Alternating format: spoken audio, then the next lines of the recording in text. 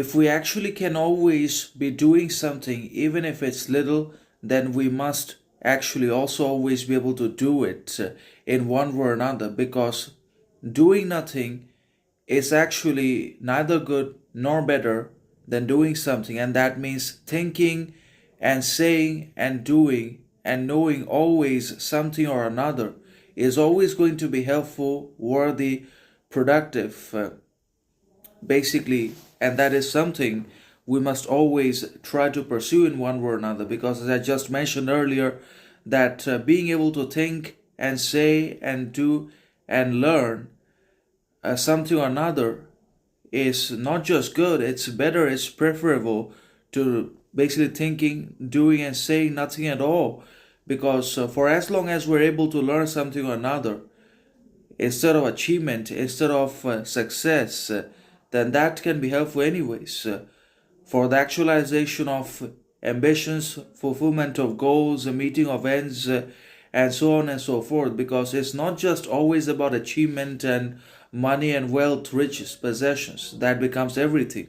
Because those things are essentially hollow and futile and conditional, transitory anyways, that fades in one way or another. But learning never fades. Alongside knowledge, character, quality, virtue, authenticity are permanent and immortal, and basically revitalizing qualities for both men and women that defines their characters and personalities in different ways. That is something we must always keep in mind, that it's not about always achievement and accomplishment that makes us great, but it's also actually about our ability to learn, to always doing and learning something that results in the actualization of ambitions, the fulfillment of goals, the basically integration of the shadow and to making the unconscious conscious, the development of self knowledge, self sufficiency, self understanding, self discipline, and control,